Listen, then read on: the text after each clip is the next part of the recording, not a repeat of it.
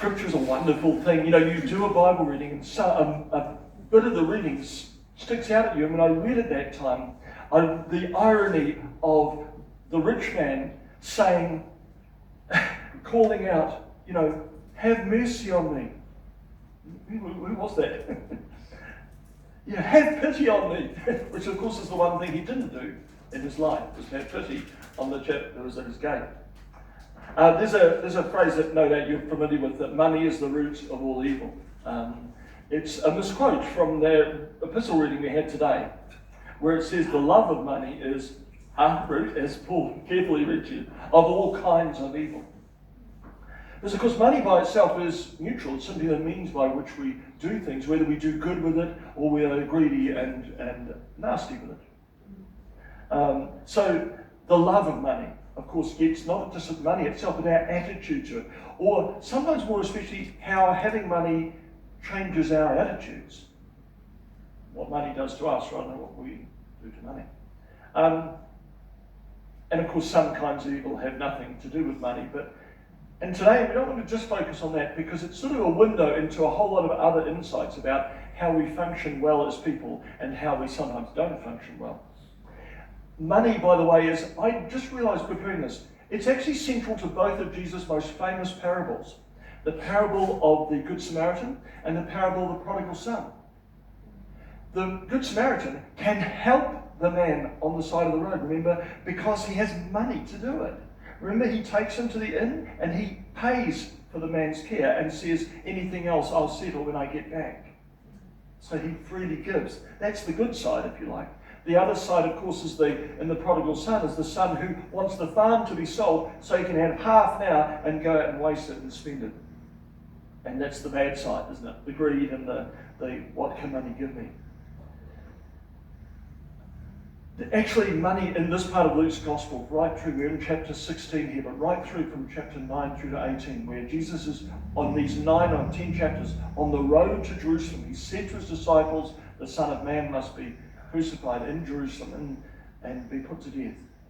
And on this road, he's, as well as those two stories that I've just mentioned, which are on this journey, this road trip. We've had in recent weeks things like the parable of the rich fool. Remember the one who wants to build bigger and bigger barns and then he dies. And like, oh, that wasn't a very good idea. Thinking you could sort of have it, save it up for when you die or after you die. There's other stories about teachings about how Jesus says, you know, if you follow me, you have to give up everything you have. And we read that and go, is Jesus serious? Surely not. But he does say it. Then there's the parable we had last week about the steward, and the point of that is like, one of the points of that is, you know, like, why would you not use your money while you have it in this life to make friends and to sort of get people on side with you?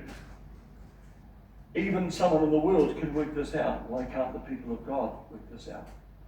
And then there's the story, the very sad story which we get to about the young man who wants to follow Jesus but doesn't want to sell his goods because he's rich. So it's a big thing. Now, when I was also preparing this, I thought, now why is that beggar sitting at the rich man's door? Well, because he's a rich man, right? So that's where you sit, isn't it? If you want to receive money, donations, you would sit outside a rich person's house because they have spare money. That's logical, isn't it? But do you remember door-to-door collections from back in the 1960s, 70s, even 80s? I was a child in that era and did some of that stuff. You know, you'd go with scouts or, you know, your school and, you know, go door-to-door.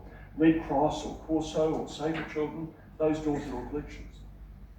Do any of the rest of you had this experience where, as a young, naive child, you are aware that, oh, I'm in a richer neighbourhood now with bigger houses, and you're there collecting door to door, so you think, oh, this is my moment. I've come to people who have spare money. Do you remember that experience as a child of realising that the people in the houses with lots of money gave you less than their occasionally didn't come to the door and did, yes, you're nodding your heads, aren't you? Whereas when you're sometimes in those poorer neighbourhoods, they were much more, oh yes, the Red Cross must give something to them. Do you remember that? So it's the same experience this beggar has, isn't it? He's sitting outside the rich man's gate, but actually that's the place he's not going to get anything. The problem is not that he's rich. The problem is where he's gone with that. He's heedless. He doesn't pay any attention to this man. He's become hard-hearted. The problem if I have money is, of course, it means I can actually help someone. So you see, if I have no money and someone needs money, I don't have to make any choice about whether I give them my money or not. I don't have any. Right? But if I do, then I have a choice. And if I have lots, I have more choice. And of course, if I close my heart, not just to that person, but in general, then I become hard-hearted in a way I wasn't before. Now, thankfully, it's not just the parable of Jesus. In the epistle today, you've read the letters of Paul, many of you, and he writes lots of heavy theology. You can read chapters and chapters of letter to the Romans, and you're thinking, my head hurts. Paul is so deep and theological, and when do I get to the practical stuff, Paul? Well, actually, in all his letters, he writes practical stuff, including that one. But in Timothy, he gets very practical in our reading today. And the reason is because he's talking to Timothy as his son in the faith, not his natural son, but he sort of adopted Timothy as a helper in the gospel, and he refers to him as my son in the faith. And he's a trusted co-worker, and so Paul is saying, basically, he's like, here's life advice, here's some things I've learned. And this is not a letter to the church, although it looks like it might be read out, but it's especially directed in the first place to Timothy. And Paul is saying, here's some things I've learned. And in the reading, it started off, but godliness with contentment is great gain. Now the word but there tells you there was a sentence before that, doesn't it? But doesn't start a sentence, it's in the middle of the sentence. So the sentence before said, people who think that godliness is a means to financial gain. Oh dear. Did you know that verse was actually in the Bible? Because that is surely how some of us are tempted sometimes to preach the gospel, isn't it? Believe in Jesus and you'll be financially blessed. That verse specifically says, people who are robbed of the truth, who think that godliness is a means to financial gain. And you see, the problem is if we even think like that, we're thinking, what's the first thing? Money. How do I get there? I believe in God, therefore I become rich. He says, but no, godliness with contentment. This is a very underrated word, isn't it? Contentment. Very underrated sort of personal quality. Contentment.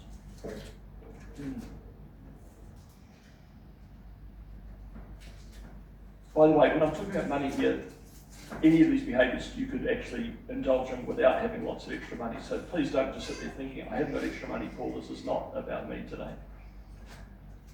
So what he discusses in the bit just before there was about the people who have this extra money, that they cause dissension. And isn't it true that if the more money I have, it means it's now tempting for me to throw my weight around because I've got the money. I hold the purse strings. I can use my money to influence people, can't I? I can use my money to employ people. And if I employ someone, I can tell them what to do. Or they might just do what I tell them to do because they think, oh, that person's a rich person, I better pay attention to them. This is, of course, very destructive in our own lives, but of course in a fellowship of believers together. Because if any of us come with that attitude, then that's going to be, that dissension is going to be there up front. But it's also this, this turning around of the gospel on its head. Instead of blessed are the poor in spirit, it's turning it around and saying the gospel is about getting rich. So it's almost like a perversion of what the actual message of Jesus is. Instead, it's seeing the whole world through the lens of money. The other thing with discontentment is this. And look, we experience this in different ways. We experience it even if we just suddenly get some extra money. What do I do with it? The more money I have, the more I have to work with this, with being grateful. Because it's easy if I have more money to think, well, I have more money because I worked hard and I was very successful and I deserve it. And of course, as soon as I become like a self-made man, what does that mean? There's no thankfulness to God. There's no gratitude to God of I'm so grateful for your gifts to me, God. Which means that we also start losing joy in life. with that ingratitude. We also, and Paul points this out, he says, and this is a well-known phrase, isn't it? We brought nothing into this life, and we can take nothing out of it. You've heard that phrase. It's, again, a quote from here. The more money we have, the more it's tempting to think that's not true. We start acting as if this is actually the main event, and we can take it with us, as it were. We sort of almost imagine that we sort of have grave goods as we go, and that, you know, the one who wins is the person who dies with the most toys, is the phrase. But we know the truth is we're born with nothing, we die with nothing. So we should live in between whatever amount of money we have at our disposal, as if that is the reality. Of course, Paul also says that the rich fall into temptation and trap and many foolish. So sometimes if I have extra money, it tempts me to do stupid things. I can buy more harmful drugs if I have more money. It's no obstacle. All sorts of other things I can do because I have money. That new possibilities, new ways of going off track and away from God that I didn't have before. Not helpful. And so there's this sort of this self-destructiveness that Paul is talking about. But there's a reason behind all this. Towards the end of our reading, he says,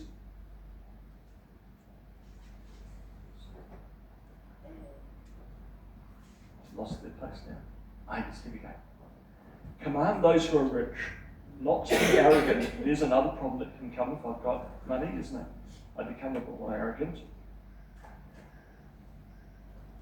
Nor to put their hope in wealth, but to put their hope in God. That's actually where this all goes off track. I start putting my security, my trust in the fact that I have money to provide for myself, instead of that, my hope is in God. And it's not just a hope of like, after I die. It's actually a hope that I have now. Because what Paul identifies is, in this way, they will lay up a treasure for themselves so that they may take hold of the life that is truly life. Here's what we miss most of all, and as I say, there's many other ways apart from a love of money that we can do this. But it's missing what life really is. Life is Christ. Christ himself says, I am the life, the way, the truth, and the life. God is the source of our life. God is the source of our life day by day. It's the Spirit of God who gives us life. Life means life with God. And fulfilling life, we've probably noticed, actually is when we're being generous, when we're being sharing. So it's not just the fellowship with God. Do you notice how we're much more at peace with each other the more generous we are? Why? Well, because, if a society, a family, you've all been in this situation, or know friends, haven't you? The inheritance comes through, and what someone's attitude to money is suddenly emerges. This is an experience that many of us have had, isn't it? If not personally, then maybe someone close to us. And all the family relationships fall apart suddenly over money. Because suddenly there's actually money to be greedy about, or to have an argument about. So it's not just a distraction from God, it's actually the way it fractures our relationships. And you know very well that even in a society, that our society falls apart, the more we encourage greed and behave, and the more of us behave in that way, our community becomes less a community and more, because suddenly it's about me, because that's what my money can do if I use it that way, instead of sharing or being generous.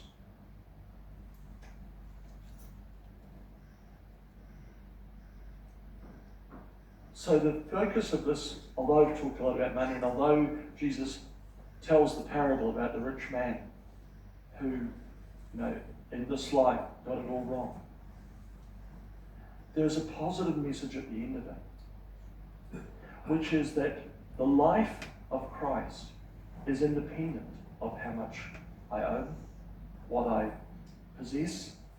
It's about my connection with Christ and through Christ with God. And so the point of all this stuff about money is really all Paul's saying is, look, I'm being practical here because I've seen this play out. And he's not talking out of a hole in his hat. Paul grew up, the apostle grew up probably quite wealthy. He was well educated. But you know how his life changes, and then he becomes this missionary, this apostle. And sometimes it means that he actually ends up in desperate need, sometimes even in prison. And this is especially what his testimony to them. He says, this is in Philippians 4, verse 12, I know what it is to be in need. That's beautiful, isn't it? Because when we have experienced that, we have much more compassion on people who are now. And he said, and I know what it is to have plenty. But I've learned the secret, and this is the secret. The secret is of being content in any and every situation, whether well-fed or hungry, whether living in plenty or in want. And here's the kicker. After this he says, I can do all this through him who gives me strength. How many times have you heard that verse used by Christians? It's even on the Fijian rugby shirt. Did you know that? Philippians 4:13. Have you ever seen the old Fijian rugby shirt that has Philippians 4:13? It just has the Bible reference on the rugby shirt. Fijians are awesome Christian guys. And it means, I can do all things through Christ who strengthens me. Like, tackle someone and score a try. And have you heard people say, oh, we're in mission now, we just have to depend on God. We can do all things through Christ. It's really used as a real triumphant sort of wow, we're super duper Christians. We can do all things through Christ who strengthens us. A verse out of context is a pretext. The context is, what is it that he can do all things? To learn to be content. Oh, that's a much less popular thing, isn't it? Just to learn to be content. I can do all this being content through him who gives me strength. God is good. Amen.